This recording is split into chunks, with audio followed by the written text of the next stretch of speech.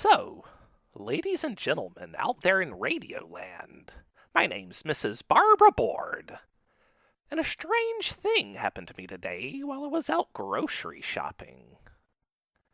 I was walking down the grains aisle, trying to find the unsalted white rice, when I noticed something I never had before. Right there on that Walmart shelf, a sign read, Rice-A-Roni. Rice-A-Roni? This nearly knocked me to the ground. I needed to remove and polish my spectacles before slowly returning them to my face to see whether or not senility had finally gotten the best of me. But no. My brain, a very good brain it is, perceived the exact same information. Rice-A-Roni! I went and got an employee to help me with this. I asked them, "What does this read?" And they told me, "Chopped green beans, ma'am." And I was like, "No, you lousy young'un! The thing oh, wait, wrong aisle! Come with me, come with me!" And they confirmed it. It was indeed a Rice-A-Roni sign. Let me tell you a story, listeners out there in Radio Land. A story of a young girl in a distant land, and a dream she once had. Growing up in Dallas, Texas, home of people who don't take crap from no liberal presidents like Kennedy, there was a commercial which regularly aired on TV. It had a jingle to it, which I'll never forget. Rice-A-Roni, the San Francisco treat. Well, you get the idea. And I said, "Mumsy, Dadsy, can we go to San Francisco so that I might try this treat?"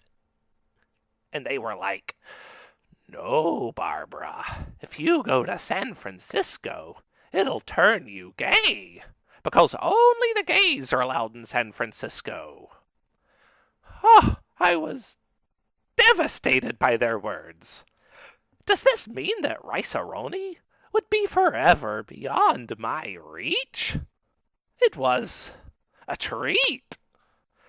Do you know what other treats I had in my life? Rice Krispie. And they were delicious. But as much as I yearned for Rice-A-Roni, I couldn't bear the thought of becoming a gay, because they vote Democrat. So the treat remained forever beyond my reach. Or so I thought. Today I learned something. And let me tell you, listeners, I'm something like 187 years old. And since I'm a Trump voter, I clearly have a very sharp brain. One of the best. And in all my years, I never had any idea that you could just buy Rice-A-Roni outside of San Francisco. Why do they even call it the San Francisco treat if you can get it outside of San Francisco? I had been down that rice aisle 1,000 times, and I had never seen it there before. Perhaps it's because the gays would always crowd around it, so my eyes would naturally avert. But whatever the case, I had a clear shot at the Rice-A-Roni display, right then and right there. But it was empty. Had the gays foiled me yet again? Had they squirreled away their San Francisco treat and scurried back to San Francisco where they nest with it? I asked the Walmart person about this, and they replied, "Sorry, what?" I tried shouting the question at them, and that failed to work as well. I shouted, "Where are the gays? Where have they brought my San Francisco treat?" I stomped and I raved and I shook the walls. And Now this Walmart employee seemed increasingly agitated. And if you were to ask me why they were agitated, it's because they just now realized that the gays shop here. And they were with me in worrying about it. Whatever the case, the employee realized how upset I was at them being out of Rice-A-Roni, the San Francisco treat. "We're getting a new delivery on Friday, ma'am," the employee tried to console me. But I would not have it. However, before I could really pitch a fit, another employee, a manager, appeared. The manager rushed around the corner, yelling into a walkie-talkie or something. I don't know why. In fact, come to think of it, everyone else was standing around looking startled, too. I can only suppose that there was something else going on that I just didn't know about, because everyone was looking very concerned right now. I didn't understand the manager's jive talk at first, but the employee explained that I was looking for Rice-A-Roni, and so the manager's chit-chat slowed down a tad, and he said to me, "Ma'am, the shelf is empty, but we've got one box left in the back, so I'll have someone fetch it for you." Listeners, my heart soared. I couldn't believe it.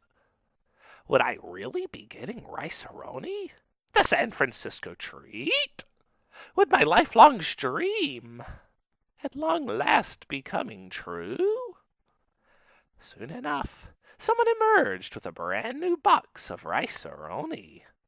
They rounded the corner with it and handed it to me personally. The box seemed to glow as I looked down at... "What the hell is this?" I demanded. The box was slightly dented. Clearly, this box had fallen on the floor. It even had a tiny bit of dirt on it. This was an old box. Or even a returned item. They were giving me a returned item? A used box of Rice-A-Roni? I'd never touch such a thing, ever. It's so disgusting just thinking about it. But they fast-talked me. Before I knew it, they'd lead me on out of the aisle and to the checkout, where, oh, bless my heart, I'd rung up the Rice-A-Roni before I could stop myself. My mind wanders from time to time, and by the time it had wandered back, it was too late, and I had wasted an entire 88 cents on the Rice-A-Roni box. I could go back another day and buy a new box, but that would be $1.76, and that's just too much to sink into Rice-A-Roni. No, not even for a childhood dream would I pay twice for something. I was going to throw that crummy used box away as soon as I got outside. I was furious at them. They should have asked me if it was okay to buy the box, not rushed me on through. But I couldn't head out just yet. As soon as security looked away, I snuck back into the store. I had plenty more shopping to do. Rice was not the only item on my shopping list. I also needed pinto beans. I'm a shrinking lady, after all. I need all my vitamins. The whole way back through the store, I fumed and fussed to myself about the Rice-A-Roni. How dare they? How dare they give me a used box? I didn't want it. I would never want it. I was so mad I could spit nails. But you know what? Audience, out there in Radio Land, do you know what I saw passing by me? Just at that very moment was a man hooked up to an oxygen tank which he carried in his buggy. And here I was, with perfectly functioning lungs, which I used to gripe about rice-a-roni. And then next, I saw a lady who was missing an eyeball.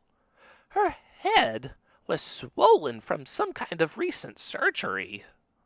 And here I was, with two perfectly functioning eyeballs still intact, which I used to glare at the dented rice-a-roni box.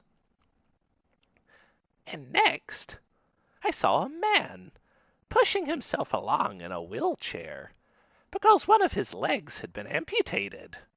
And here I was, stomping my feet angrily at being given a bad deal on a rice-a-roni box.